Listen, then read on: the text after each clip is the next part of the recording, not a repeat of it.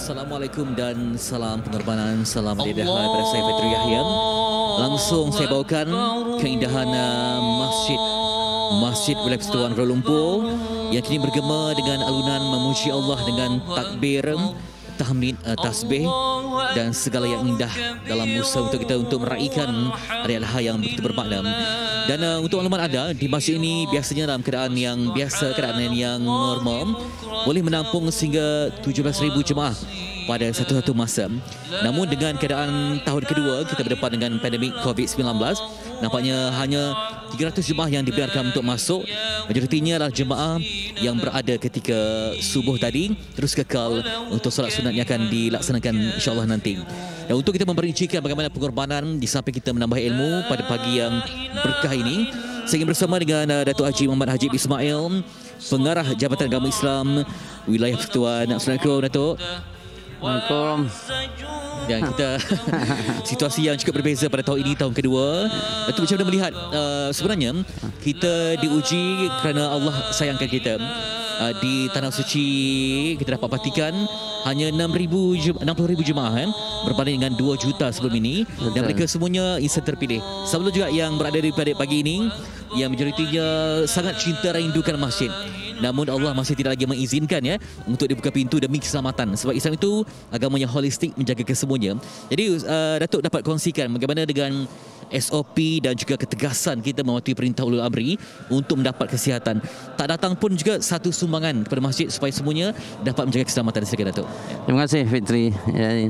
Jadi penonton yang dikasihi sekalian, pertamanya saya bagi pihak Jawi menjunjung setinggi kasih kepada Kebawah Duli Yang Maha Mulia Seri Paduka Baginda Jabatan Agong kerana bagi wilayah persekutuan telah diperkenan bagi masjid negeri ini 300 orang, masjid Zun 100, khususnya masjid Qaryah dan juga surau Jumaat 50, manakala di surau biasa lebih kurang 12. Dan ini adalah satu nikmat kepada kita yang dapat hadir bersolat pada pagi ini. Tetapi ada juga yang tidak dapat, tetapi mereka boleh menunaikan solat di rumah masing-masing ataupun kediaman masing-masing.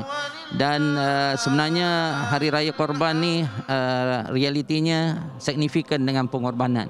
Sebab tu bagi yang datang ni dapat bersyukur pada Allah Subhanahu Wa Taala dan akan dikilirkan, manakala bagi yang tidak hadir adalah satu pengorbanan dan mereka masih lagi boleh melaksanakan ibadah solat Aidil Adha di rumah masing-masing. Dan kita juga ada mengesyorkan kepada masjid dan surau mengadakan program korban, tetapi kami buat sembelihan di rumah sembilan. Dia daripada solat berjemaah lah sehingga kepada kurban, kepada pemberian sedekah, infak dan sebagainya, semua dengan SOP yang amat ketat untuk menjaga keselamatan. Dan kita pun sekarang ni pun berdepan dengan gelombang yang agak berbeza, yang agak mencabar, varian yang berbeza. Datuk, tadi ada disebutkan tentang kurban saya difahamkan bahawa dengan SOP penyembelihan yang ketat juga. Untuk menyampaikannya pula bagaimana? Mungkin ada masjid terpilih ataupun ada sentral tertentu supaya walaupun keadaan yang agak terhad, namun sumbangan tetap akan disampaikan juga kepada insan-insan yang memerlukan. Bagi wilayah persekutuan, Kebawah Duli tuanku telah pun memperkenan bagi masjid dan juga surau Jumaat dibenarkan untuk melaksanakan ibadah korban, tetapi disembelih di rumah-rumah sembilan. Dan alhamdulillah daripada 89 masjid, hampir 70 masjid telah pun menyertai dan hampir 600 ekor, tetapi diselaraskan oleh bahagian pengusaha masjid.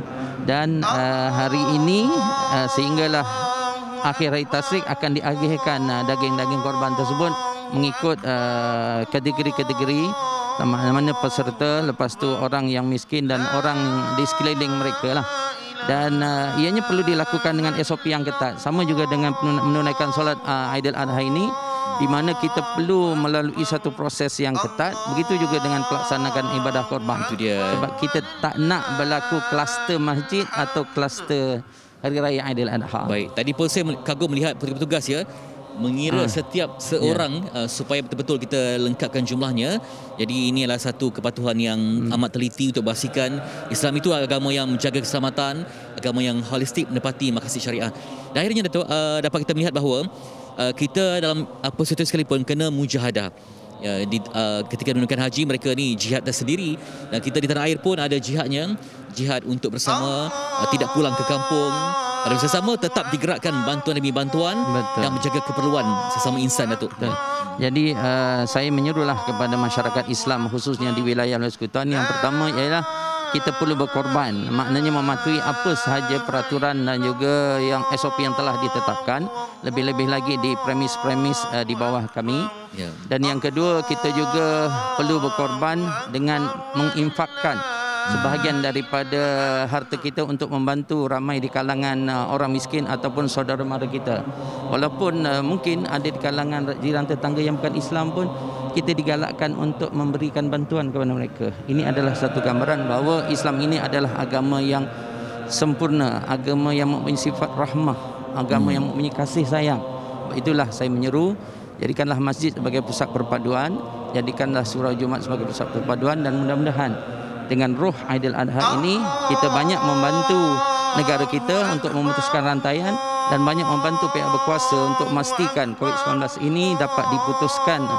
Dan kita berdoa sama-sama kepada Allah agar Allah SWT mengangkat COVID-19 ini dan negara kita kembali kepada yang asal. InsyaAllah. Dan hari ini pun Barisan Hadapan yang berada di pusat vaksinasi pun tetap berjuang, ya Datuk. Ya, betul. Tak ditutup sebab kita ingin mencapai imuniti berkelompok, memastikan kesihatan yang terbaik untuk semua.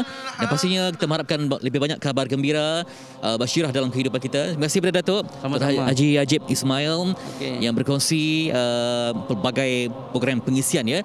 Tak cukup dengan majlis ilmu pada setiap waktu, kemudiannya dengan bantuan yang digerakkan di masjid, di surau, dan juga pastikan semuanya mendapat bantuan. Kita tidak mahu kita sahaja yang berbahagia, tapi orang lain tetap perlu kita prihatin tentang nasib untungnya. Jadi hari ini pun sebab ramai yang mungkin dah lama tidak datang ke masjid disebabkan SOP, terdengar alunan takbir, tasbih, tahmid, kesemuanya begitu rasa syahdu dan sebab.